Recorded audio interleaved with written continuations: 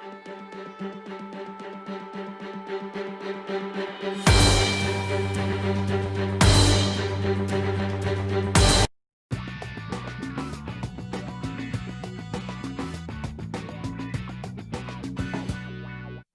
I'm Allison Hope Weiner, and welcome to another episode of Media Mayhem. Today's guest is Father Thomas Doyle. We're going to be talking about the sexual abuse scandal in the Catholic Church. Please stay with us.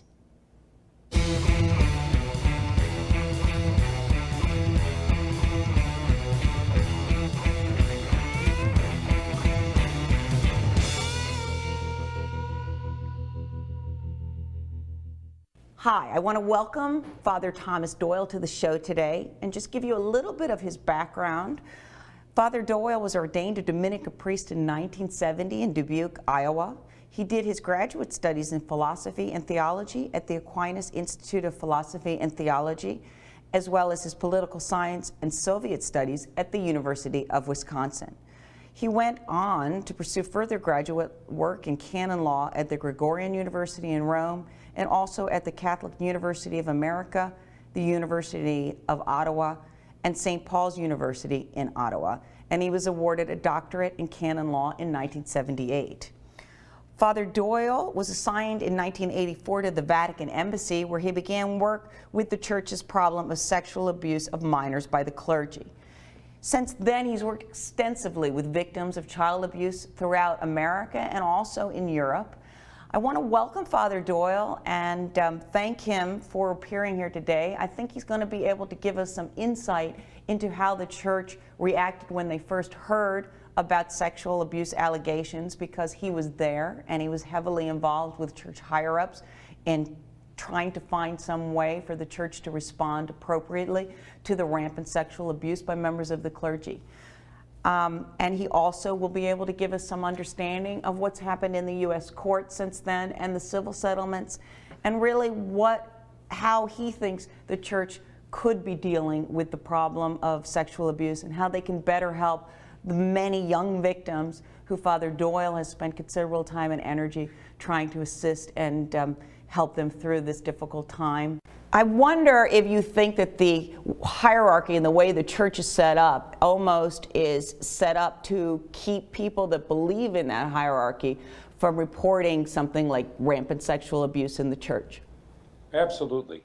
The hierarchical setup, which is essentially, for those who don't understand what hierarchy is, it's a monarchical governmental setup structure for the Roman Catholic Church.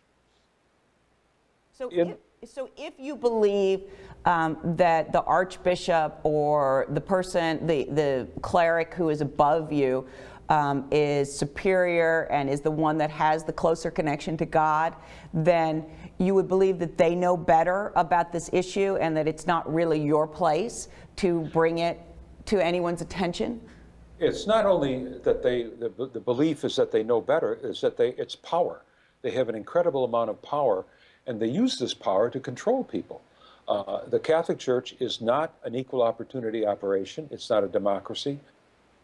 And you said something to me that the Church is one of the two monarchies that's left in the world, and I wonder, when you began to recognize that the sexual abuse was going to be a very big problem for the Church, were you intimidated by the fact that it really wasn't your place to be telling the higher-ups what they should do and that it might cost you your career?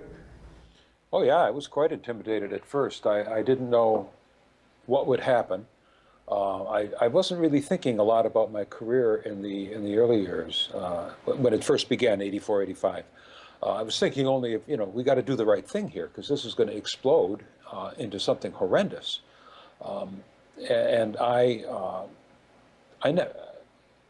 Let me just say that your earlier question is there a fear on the part of people to disclose? Was there a fear on my part? Yes.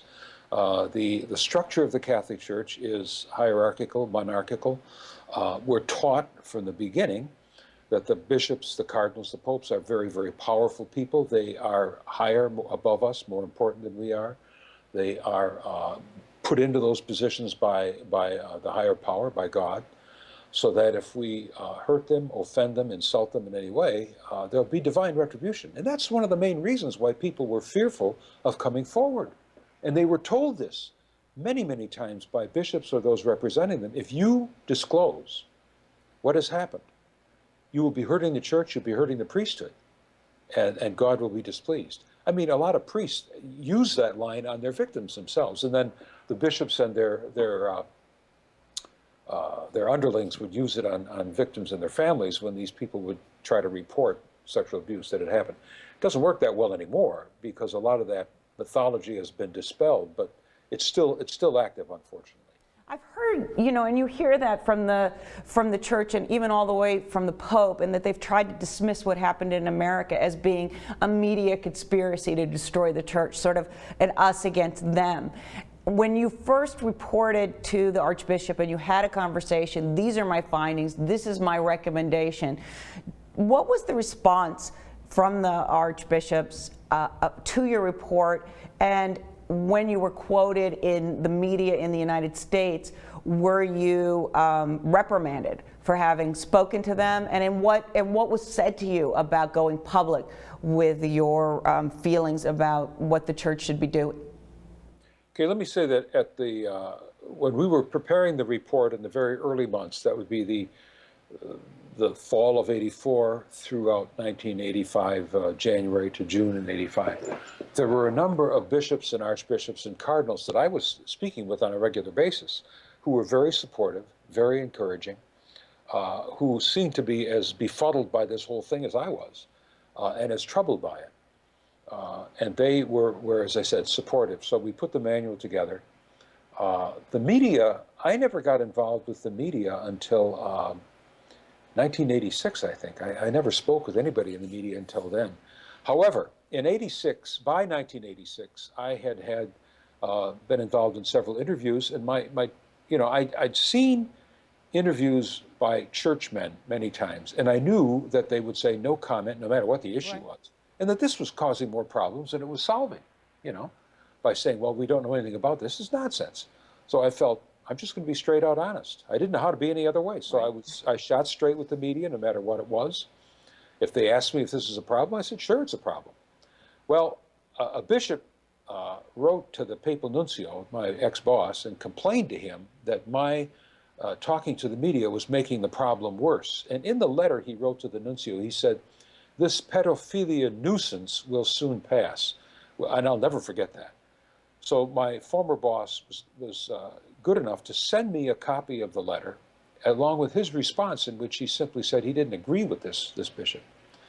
But I was told by some to be careful what I said in the media.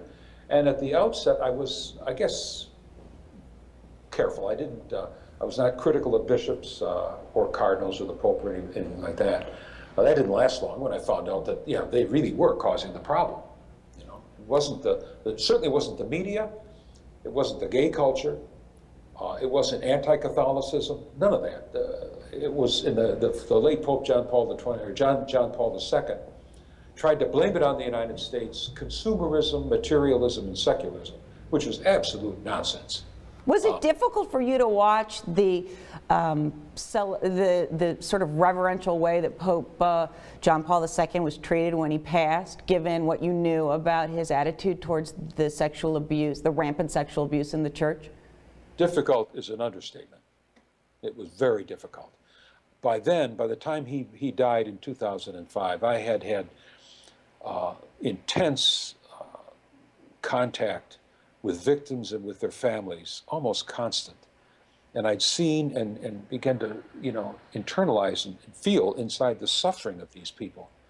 And so I could hardly look at him as a saint, as a sainted person. He could have done something, and he did nothing. I mean, it's interesting because when I started reading about your work and your comments about the scandal and your myriad of attempts to try to get your higher-ups to do something about it, it seemed to me your disillusionment as you would find out that these archbishops who had said that they were going to do something were simply sort of shining you on, that I began to think about those moments where everybody was gathered to treat him, and there was talk of sainthood about Pope John Paul II, and I wondered what you must have thought when all of that was going on, because it's almost as if, I mean, the idea that this would pass doesn't even, it's so shocking. I mean, that somebody would say something like that when it's almost like the church didn't grasp why this was a crime. Am I wrong when I say that? It's almost No, you're absolutely right. They still don't get it.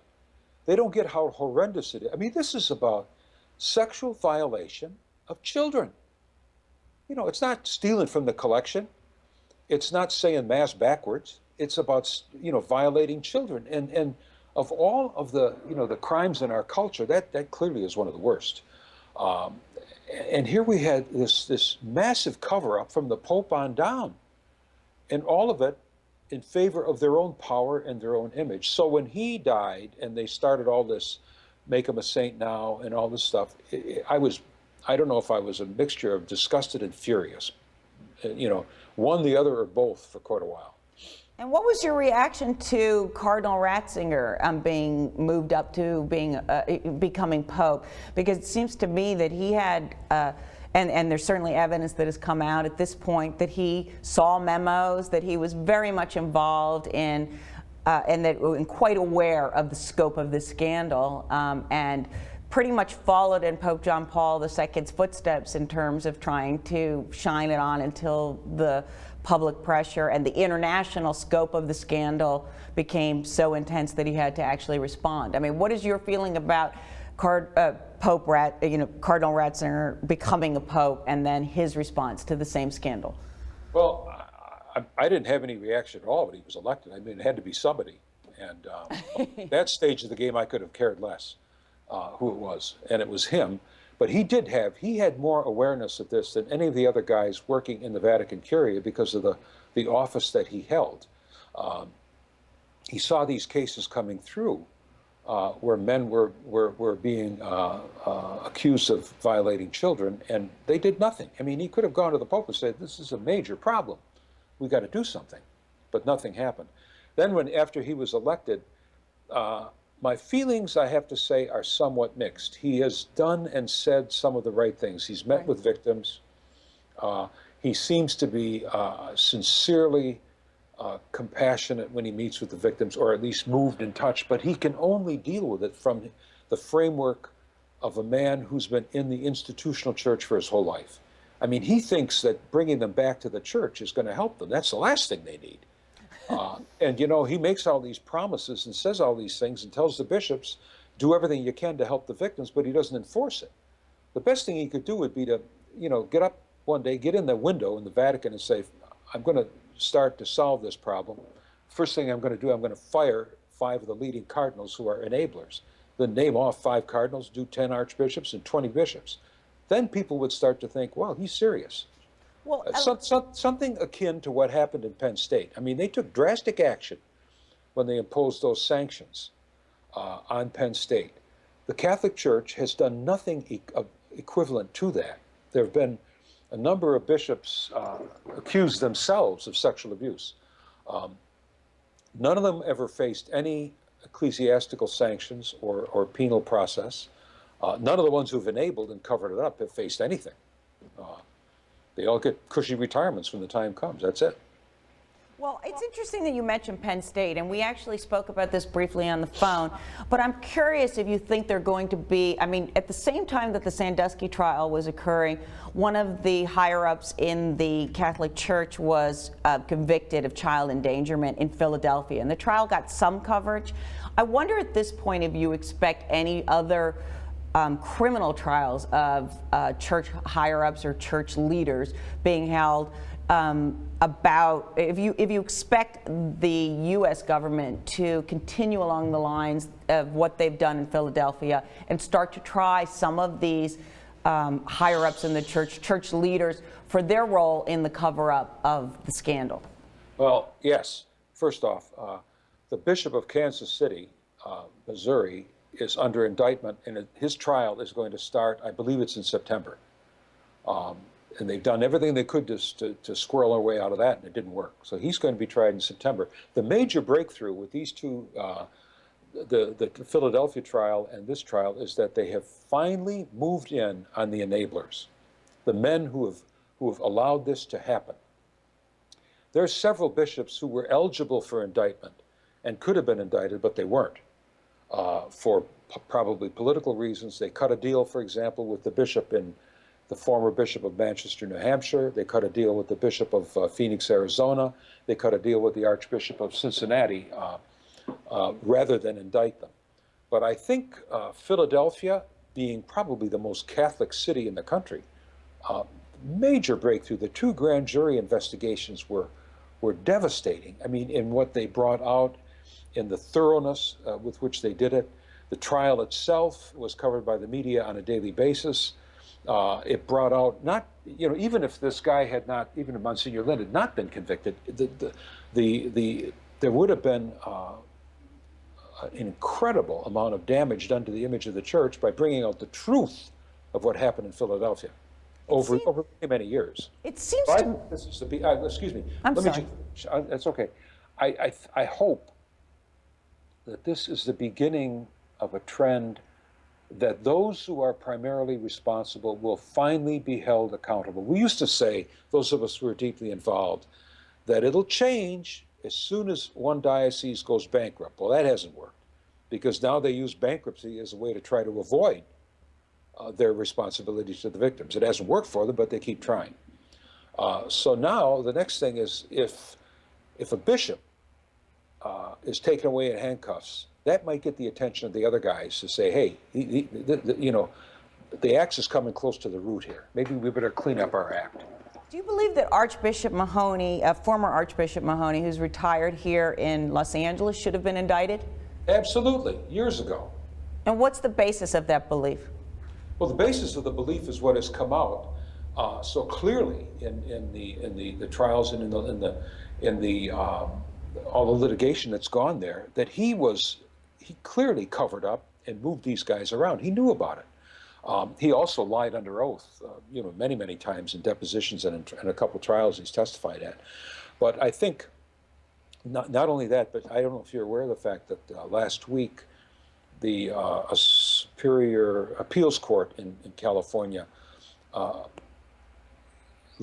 issued a ruling that the archdiocese finally has to cough up and disclose the files of all the priests who've been accused. And that's where the truth is going to come out, much more than what we already know. And basically what you're referring to is, although there was a civil settlement in California in 2007 with victims of sexual abuse, in which part of that settlement was that the archdiocese had to turn over a vast number of documents, and they haven't done so. And it's been a very protracted battle to try to get the church to turn over those documents. And at one point, they turned them over and redacted all of the names. Am I correct in that? You're correct. Yes. They agreed in 2007 to turn the files over, and immediately, I'm sure they had a strategy in place when they agreed to that we'll agree to this, but we've got some other things we'll pull out in order to stonewall this to make it not happen. And that's what they did over the years. It enriched, you know, a number of attorneys who were being paid by the archdiocese by the funds of the people donating, and finally they lost. Well, one of my sources believes and said to me that they think that the strategy is to drag it out so that Archbishop Mahoney passes before those documents become public, because they're going to be so incriminating as to his behavior. Is that your sense? I don't know. I think they may have reached the end of the line. I don't know what's going to happen now or when they're going to start being disclosed.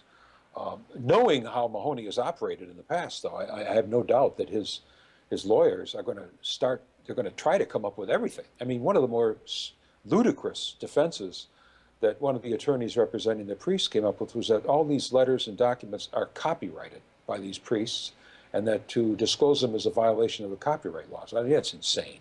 It's a good try, though, I have to say, as a lawyer. Yeah.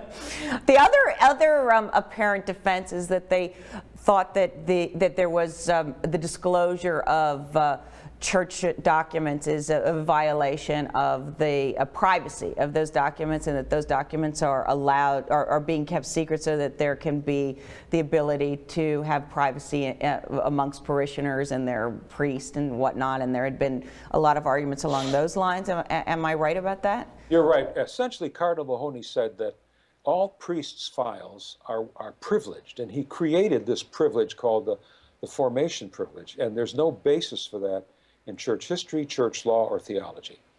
And I was asked by the district attorney of Los Angeles County to write up an opinion on that, which went into their motions to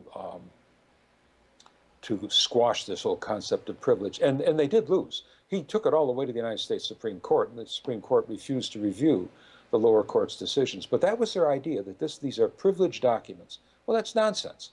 Well, let me ask you about canon law. I mean, is there some law that says that that the documents among the church higher-ups have any kind of sacrosanct privilege? I mean, is there anything in the canon law that those documents, say between a pope and an archbishop, would remain private?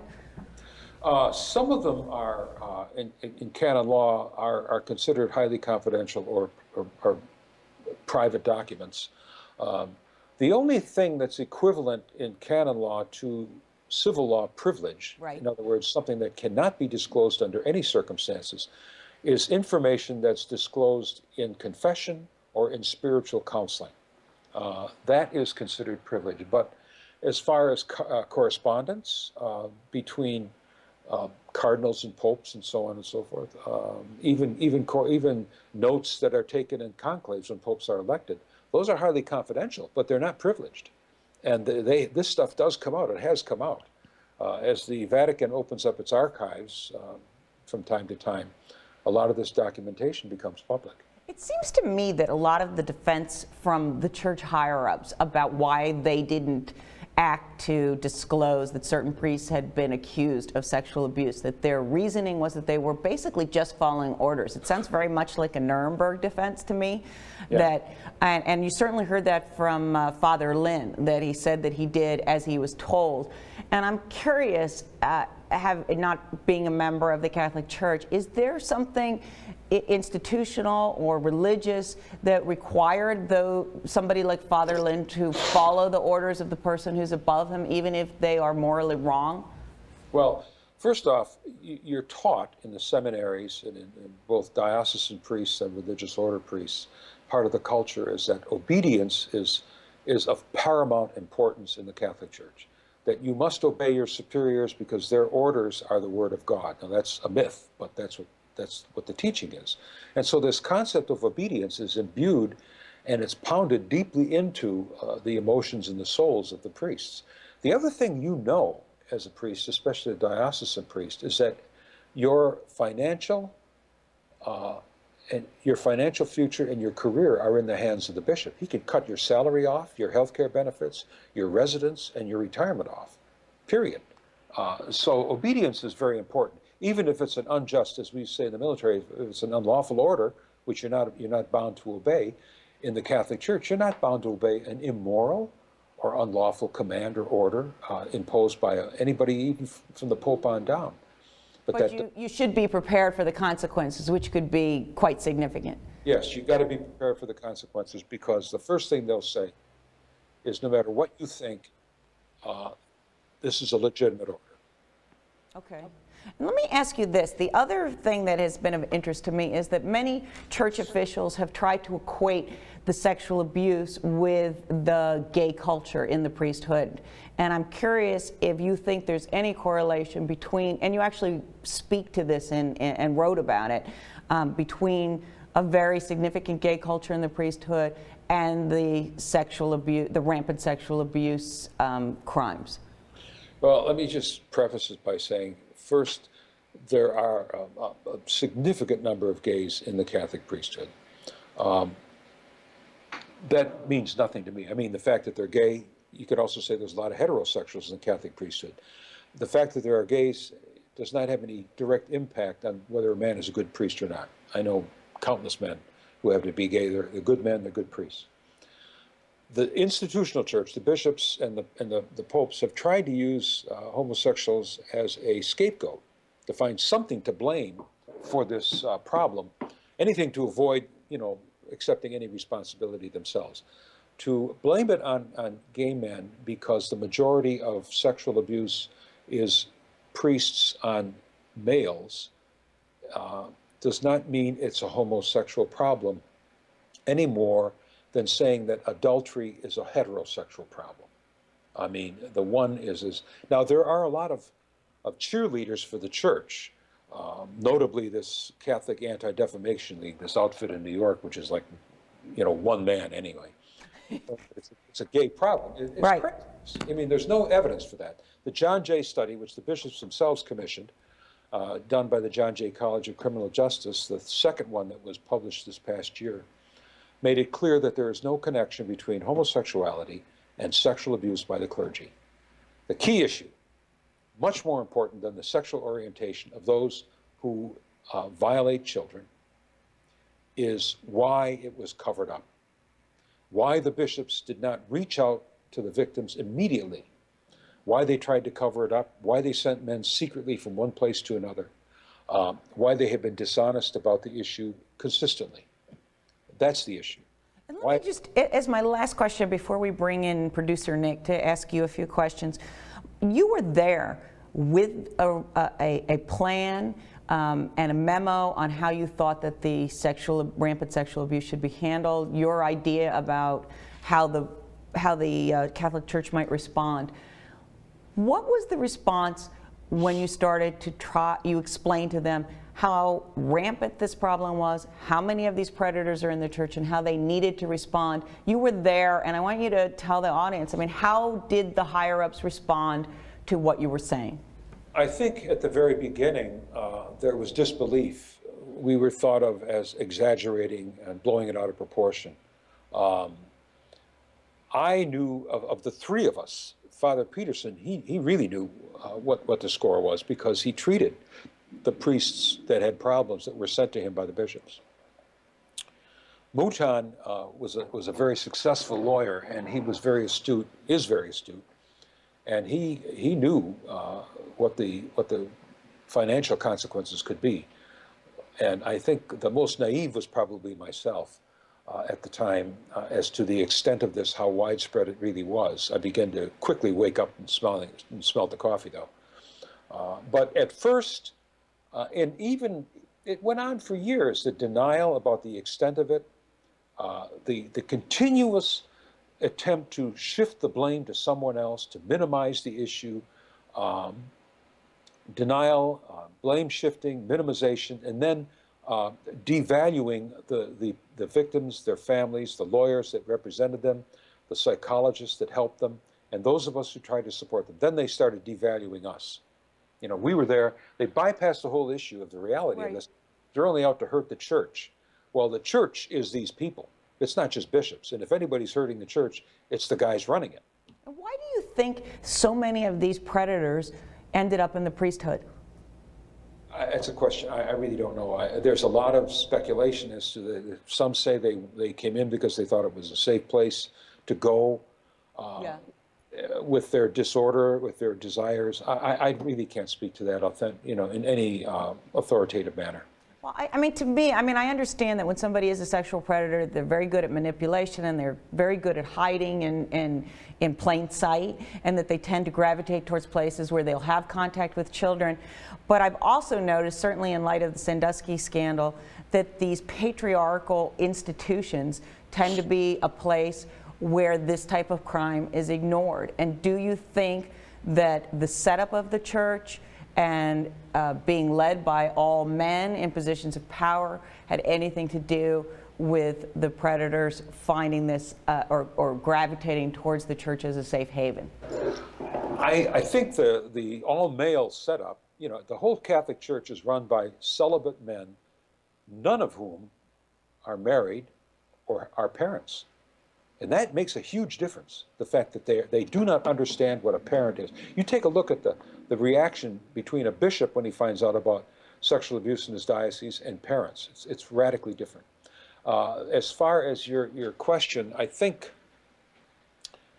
First off, a number of the men that sexually abuse children are not true pedophiles. They may be ephebophiles, which means they're sexually attracted to younger adolescents, and many of them are simply emotionally and sexually grossly immature. They may fall in love and have a relationship with a 13 or 14-year-old boy because emotionally that's their own age. They're 14 too. Right. And this may lead to, sexual expressions.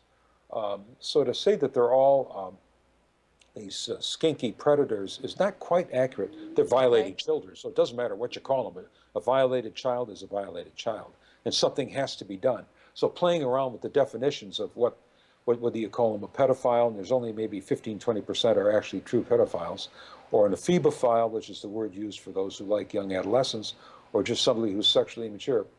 That's not the point. The point is the cover-up.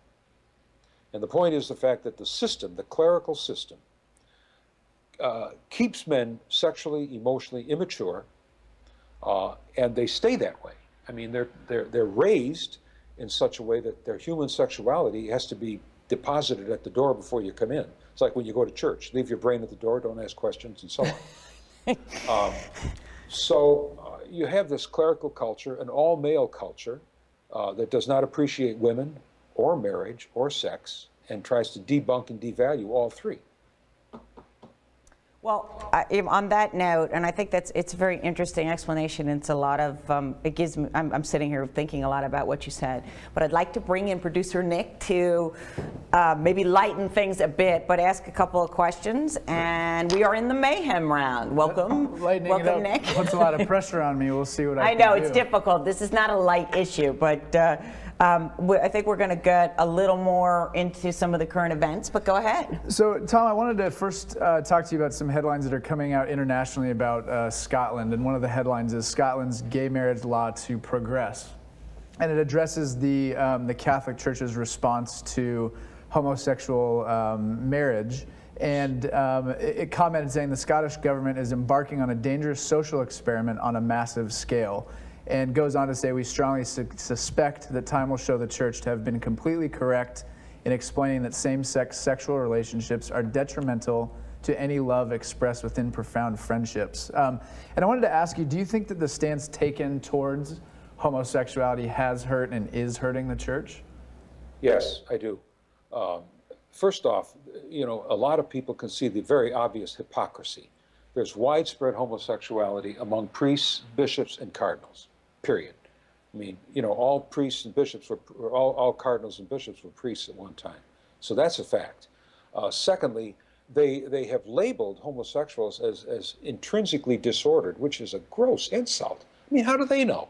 These guys aren't scientists. They all claim to have all the answers for everything. Homosexuals are the current target, I think, have been for some time, and certainly they're going bananas over the concept of gay marriage, homosexual marriage. I don't have any problem with it. I mean, love is love, and I happen to know personally a number of gay couples who have children. They're wonderful, loving men and women. The children are growing up in a very loving environment. So that's reality. And do you think as a result of this stance that the Church is losing parishioners and possibly losing a new generation of parishioners who are growing up in a world where homosexuality and same-sex marriage is becoming more accepted? They've been losing people gradually but steadily over the past several years, not only over this issue, but over any of the sexual issues, birth control, same-sex marriage, just sexuality in general, abortion. They're losing a lot of people. They're just walking away. The Pew Foundation study done, I think, in 2008 or 9, found that there are 30 million people in the United States who label themselves former Catholics. Not nothings, but former Catholics. That's a lot of people. But the bishops don't get it. They'll say, well, the reason for this, the reason they're walking away is because it's your fault. It's not our fault. Secularism, materialism, they don't go to confession, they don't light candles, crazy stuff like this. But they will not look at the system itself. Everything seems to be, according to them, willed by God, and it's carved in stone and cannot be changed. Well, if you look over the centuries, the Catholic Church has changed its carved in stone, immutable teachings on a number of issues, and it can do so again. And do you think that is there a new generation of priests maybe that have been ordained, say, 10 years ago and possibly being ordained now with the express purpose of maybe trying to change the system? The current generations that I've seen are scary. This feeling is shared by a lot of other men, both priests and lay people that see them. And I've often thought maybe my own reaction is an exaggeration, but it's not. A lot of these guys they're imbued, or they're obsessed with the robes, with the titles, with clericalism, with a lot of the old-fashioned devotions. They want to return the church in many ways to what it was before the Second Vatican Council, before most of these guys were even alive. And so I don't think they're the solution at all. They're going to be the problem. They are the problem. Do you think that they're attracted because of the church is so immutable, and that they make that choice based on the things that the rest of the people that are leaving the church that they dislike, that these people are making the choice to go into the church because they like the stances on the issues that they're seeing? I really have never talked to any of them, and to the extent that I've asked them, why do you want to be a priest? What do you see about that? I've listened to some of the stuff that's been written and heard. It's gibberish as far as I'm concerned. But, you know, the Catholic Church is a very colorful monarchy. It's got a lot of nice robes, music, very elaborate ceremonies. It's got a pecking order. It's got, if you like the medieval, you know, the whole medieval syndrome, if you like the court business, this is the place to be, because it's still there. It's very much alive. Court talk, they call each other with these, you know, Your Excellency, Your Grace, Your Eminence, the whole rigmarole. You know, a lot of people like that. And maybe that's what attracts them. That's not what the church is. The Catholic Church, by definition, from the Vatican Council and the Scriptures, is people. It's the people of God. It's the body of Christ. The people of God is the official definition given by the Vatican Council, and that's everybody. It's not just the guys in the robes. It's everybody. And the most important people in that church are the ones who are the most rejected, downtrodden, the ones that need love and compassion the most. They're the most important. I thought it was interesting this morning. I looked that the Austrian Catholic Church has mounted a billboard campaign to recruit priests, and it looks like a billboard we might see here trying to recruit police officers or, you know, people in the military. It was very interesting. It's like an army of one. Exactly. And I wanted to talk to you about your time in the military. Now, were you when you were in the military? Were you a military chaplain? Yes, I was. I was a chaplain in the Air Force, both at the reserve officer and active duty. Because another headline that I found, Leon Panetta was telling U.S. lawmakers that the military is facing a suicide epidemic, and a lot of it is having to do with lack of psychiatric care. And I wanted to get your take if there's any pressure or more pressure on military chaplains to counsel soldiers who are suffering from mental health issues. Well, when I left the military in 2004, because of my age, I had to get out. We were involved, chaplains in general have to do an incredible amount of human care work, for lack of a better term, counseling, and a big part of that is helping men and women in the military who are depressed, filled with trauma, anxiety, and fears. There certainly are not enough mental health practitioners. And one thing with the chaplain, you have absolute confidentiality, which you do not have with anybody else in the military. And so a lot of people are fearful of taking their problems to mental health practitioners, and they do take them to the chaplains. It's far worse now than it ever was when I was in, with all the conflicts in the Middle East, in Afghanistan, in Iraq. I was in Iraq in 2003, but I left before the insurgency started, before it really got. And these men and women are subjected to unbelievable pressure, and you know, with repeated deployments, time away from their family. It's a whole different kind of war. You know, when the enemy commits suicide, and then they don't care about losing their lives. You don't know who they are, where they are, and so it's no wonder that the suicide rate is high, and that the depression rate is sky high. So that's a major problem. And is that something, you know, if you were talking to a chaplain that was going into the military now, would you encourage them to have some sort of mental health training? I certainly would. I found my years in the military the best years of my life as a priest, and in many ways the best years of my life, period. It's an incredible place to do ministry because you don't have to concentrate on ceremonies, rituals. You're dealing with people directly, any kind of people. But I would certainly encourage any man going in, if you have training, get it, ask for it, find it, because you're going to be put in positions where you have to come up with answers. You have to be able to either make a referral or do something instantaneously to help an individual. You got to know how to deal with somebody who's suicidal, who's filled with trauma and stress. And Tom, I wanted to just ask you a couple of closing questions. Do you still consider yourself a Catholic? In the broad sense, I'm not. I don't have any trust or faith in the institution, or by that I mean the popes, the bishops, and the governmental structure. I'd say I'm a Catholic in the sense that I believe in the concept of the church as people, the body of Christ. To me, church are the victims and their families. They're as important as the College of Cardinals, if not more so. And to me, being a Catholic, a good Catholic anymore, is not just attending rituals, ceremonies, obeying bishops, and so on. It's trying to do what Jesus Christ would have done with these people, which would have been, he would have been with them, embraced them, helped them, and certainly tried to give them some justice and some compassionate care. Do you think there's a place for where you could actually get to a point of forgiving that hierarchy?